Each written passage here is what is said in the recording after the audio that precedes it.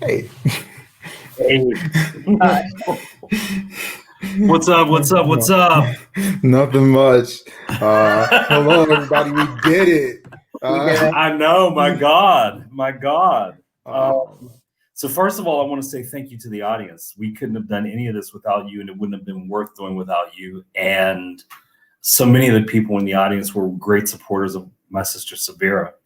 And that moved us. The love that you gave her and the support that you gave to the Sabira Film Festival moved us to do this. So thank you all for showing up tonight in over 100 people and for being stalwarts for Simbin and hopefully becoming stalwarts for the Sabira Cole Film Festival.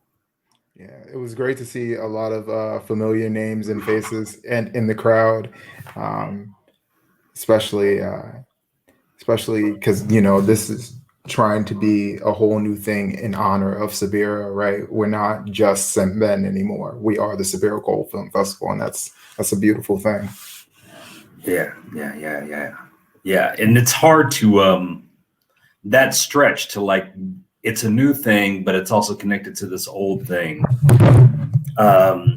Sometimes, it's I knocked over my mic. That's all right, man. That's all right. Sometimes it's so difficult, to serve two masters. And I feel like sometimes with this, and I know Getty would agree, we were serving like 9 masters. Like everybody had an opinion. And they were good opinions. There were some good opinions. Honestly, I'm just so, honored to be a part of this. And I'm so pleased with the way it turned out. And it's bittersweet because I really wish Sabira could be here to see it. Like, I wish that we could have done this together in a way we did, but it's so crazy.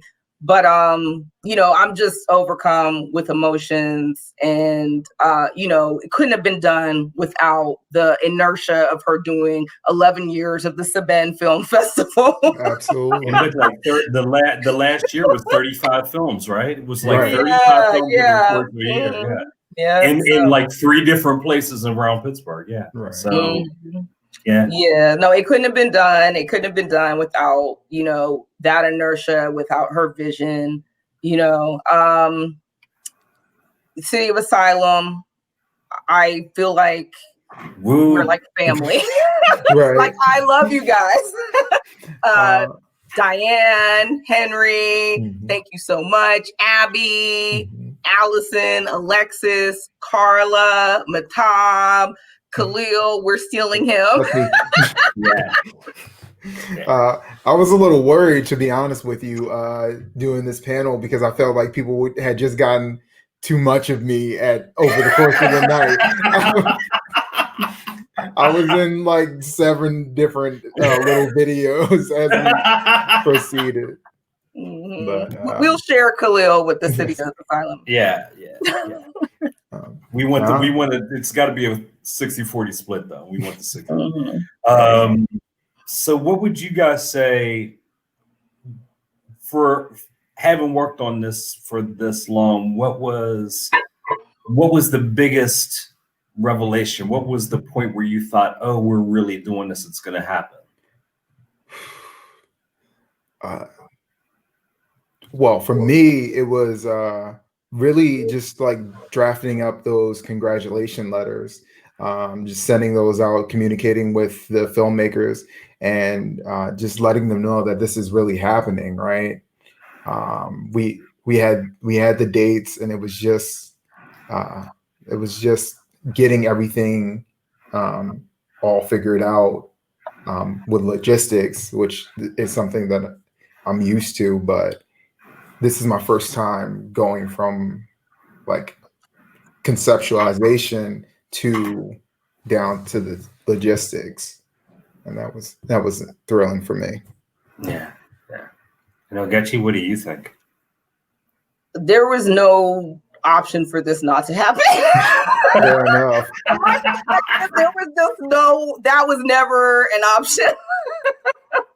Sorry.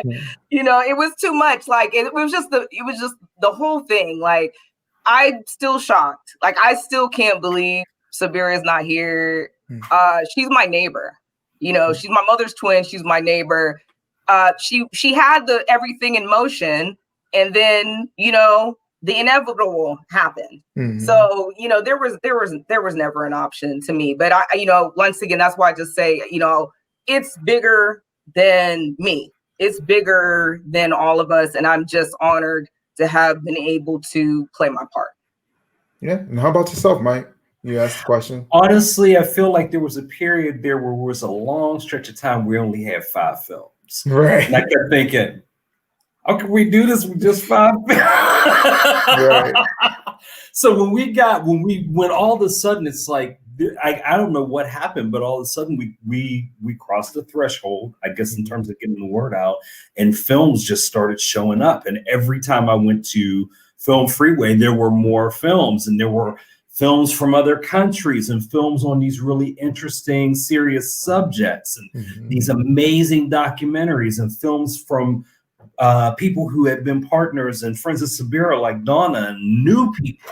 Right. And narrative films, and there were romances, and there were scary movies and supernatural movies, and there were children's films and films from an actual young person. And I was just I was like, wow, this is going to be a real film festival. It's really going to be, and what was really important for me is like, it's going to be a broad scope of like what good progressive film can be.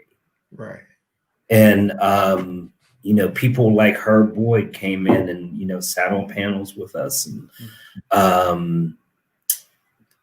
I think then, and also then when like watching the films, because I don't know, so for people who don't know, we've all viewed these films before, but some of these films I've seen them at least in part 3-4 times, because I just kept going back to them because they're amazing films, and they're films that I would not have ever seen otherwise. Like, for instance, and I know we've talked about this so often, The Turtle Swim. That's what I was going to say. There were days where I was having a bad day, and I was just like, I need a minute and 7 seconds of joy.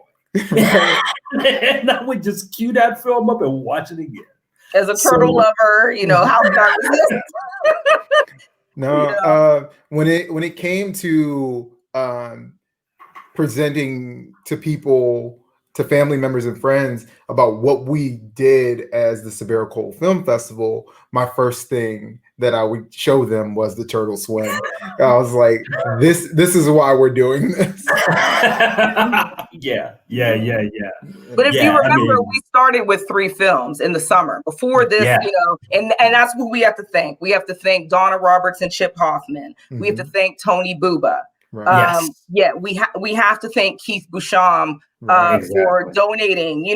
That's who helped us get it started, in the momentum, and City of Asylum. Those 3 events this summer is what gave us the momentum, and that's why I said, we were going to do this, but it wouldn't have come together as quickly without the support of the City of Asylum, and they help so many artists all over the world. Like, I'm not even aware of the scope of that organization, and it's just amazing. So. Yeah, no. And also, just to have people, to have an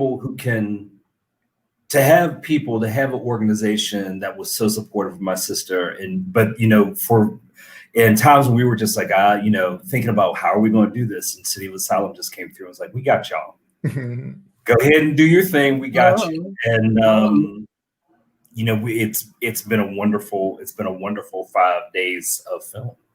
So. And one of, like I was telling y'all backstage, one of the best things for me partnering up with City of Asylum was one of their writers in residence, who I'm actually very close with.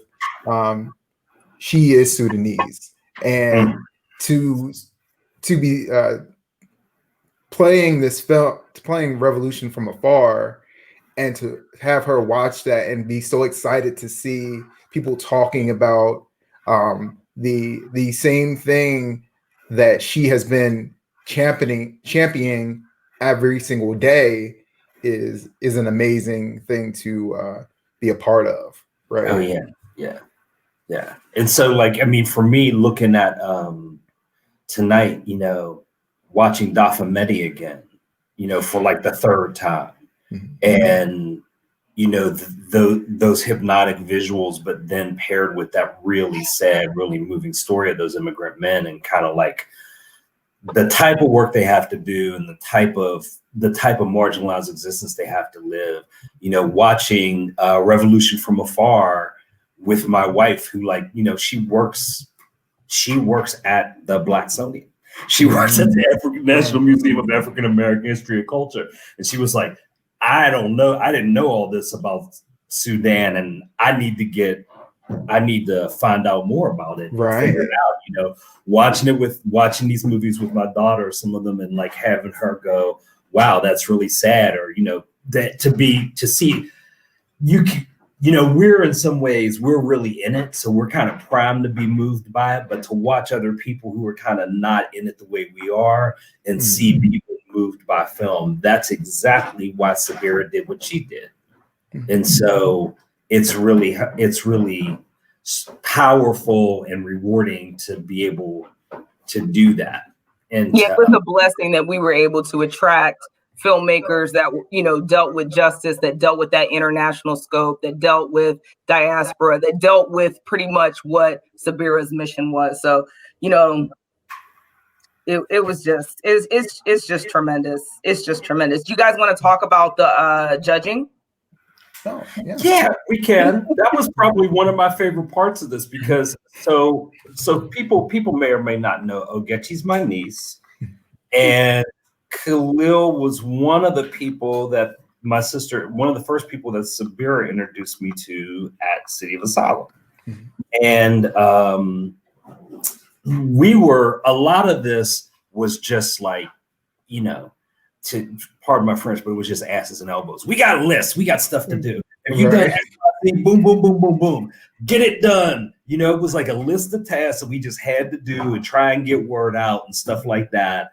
But when we actually started judging the films, I think we just had amazing conversations about film. And like the conversations that we had about the films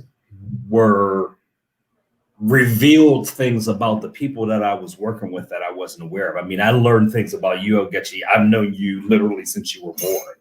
And I learned things about the way you think and the way you view art in the process of having these discussions that I would have never known otherwise. Mm-hmm. Yeah. And that was a very beautiful thing. And it was great to get together, especially during the pandemic and after everything that's happened this year, and just to sit there and laugh and talk about these films, right? And we talk about how serious all these films were, but they were fun too. They were legitimately fun things to watch, right? Yeah. And it was great to just sit around and talk about it with friends. It was. Yeah. It was definitely great to have something else to focus on through this pandemic. Right. Thank you, brown baby Jesus. I mean, really. I mean, something good coming into your life. And again, like, things that I wouldn't have seen otherwise. It, this like whetted my appetite to go out and watch more non studio film and like be moved by it and see real stories about real people. So I'm not gonna lie to y'all. From I guess going all the way back to working with Sabira at the very beginning of the year to now, because I don't know if everybody knows this, but it was a year ago, almost exactly today, that she approached me to help out with this festival. And I've just been sitting, with her around me, or both spiritually and physically, and feeling galvanized and feeling like I have to take on the revolution, to be honest with you. The beginning of the year was films with Shirley Chisholm and Gil Scott-Heron, and here we are finishing off with Revolution from Afar. And I have just been so hyped. one night we got off the phone or the Zoom call, and I just sat down and watched James Baldwin's "I Am Not Your Negro" just because I was just feeling that hyped, and it's been a beautiful thing, especially with all of the like I said, the terrible things that have happened this year. Yeah. But just to feel that powerful, you know. Yeah. It was empowering. It was empowering. Yeah. Well, also to feel like you're able to do a little bit of something for, you know, that we're able to do something for other people. Right. You know, we were able to bring a message to other people, or we were able to facilitate these amazing filmmakers bringing a message to other people. Yes. And that to me was like an amazing opportunity. You know, it's like without my sister, like there's no way I would be doing this, and my life would be poor for it. I mean, for me, it's bittersweet because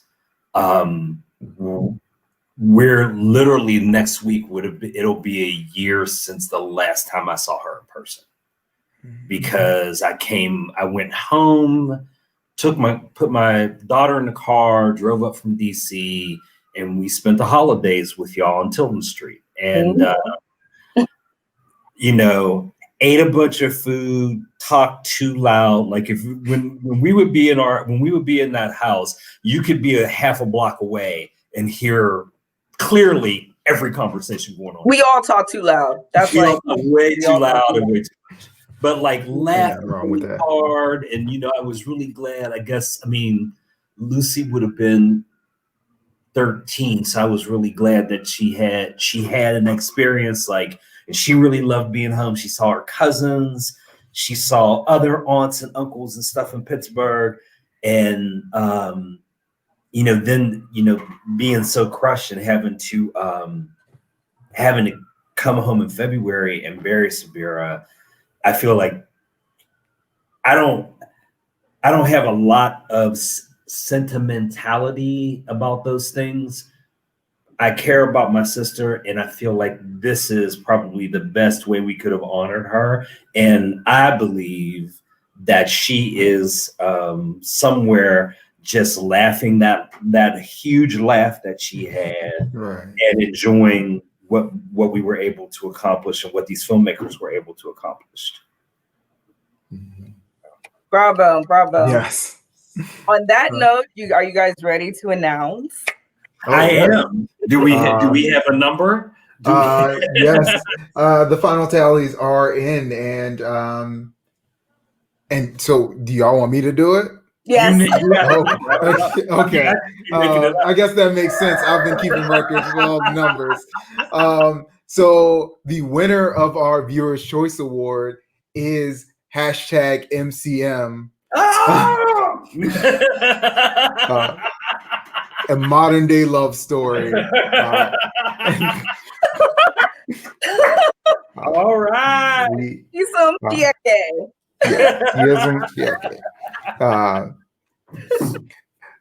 Once again, the family line just going real strong here. Congratulations, Chisom, wherever you are. Congratulations. And thank you all for participating in the Viewers' Choice Award. Your votes have been very heartening to see. Though I wish some of y'all had voted too, because I mean, there was over 100 people there, and we only got like half those votes. So where y'all was at? but I have no problem with the outcome. Fair enough. No, but it's great to see that happened, and to see that she won that award, and she deserves it. Is there anything else that we wanted to say to the people? Executive Director, anything? Thank you. And thank you to our donors. You know, we had some great donations once again. Couldn't have done it. Would it be all right if I just call out some of the names? Absolutely. All right.